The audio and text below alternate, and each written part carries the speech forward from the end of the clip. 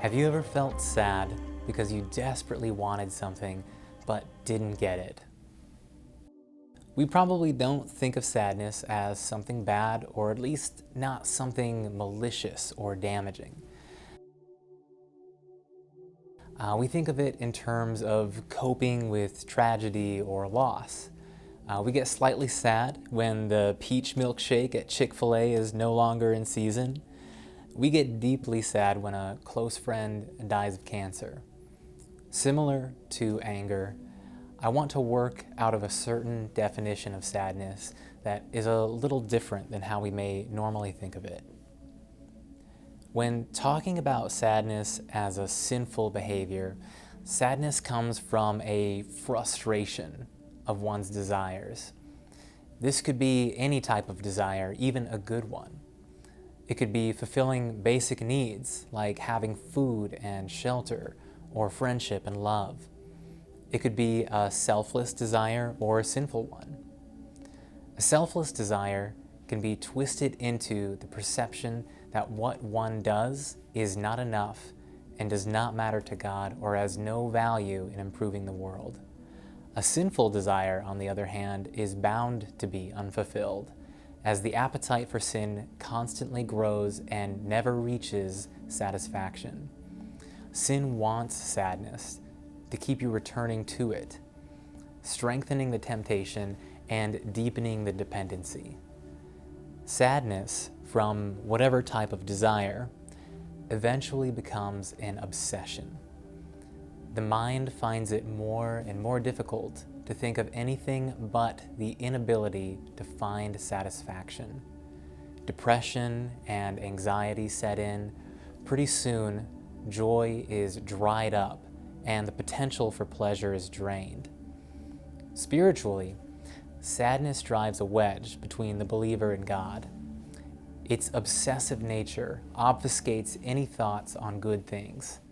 Distrust spreads into different facets of life. The believer thinks satisfaction is being withheld by God. Eventually, the believer blames God for desires being left unmet. Now, the early church father Evagrius would also point out that sadness is typically linked with the evil thought of anger, often coming after it. To him, anger is an obsession that eventually explodes into a violent act, and sadness follows as the person believes that the outburst, which should have resolved the obsession, has instead proven that resolution is beyond the person's capabilities. It morphs from an obsession of irritation and rage to an obsession over an unfulfilled need to resolve the situation.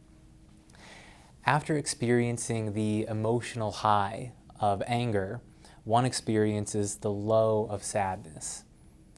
Now, how do we keep from falling into the evil thought of sadness? First, let me start with affirming that not all sadness is bad. Much like anger, sorrowful reactions are normal and expected, but they can become dangerous when allowed to persist, overwhelm, and become an obsession. To Evagrius, this meant keeping in mind that God is the ultimate source of pleasure and satisfaction. He is the creator of all things and gives us purpose. We become unfulfilled when we seek satisfaction in a created thing rather than the creator. A created thing will inevitably fail. This does not mean that they are bad, but that we should recognize created things for what they are, gifts from God. Once we understand God is the source of satisfaction and joy, we can experience sadness appropriately as a loss of a gift from God. This type of sorrow acknowledges God as our source and brings us closer to Him in our times of pain and need. In this way, sadness is only present temporarily, and it contains the memory of a joy once had and the hope for more joy to come.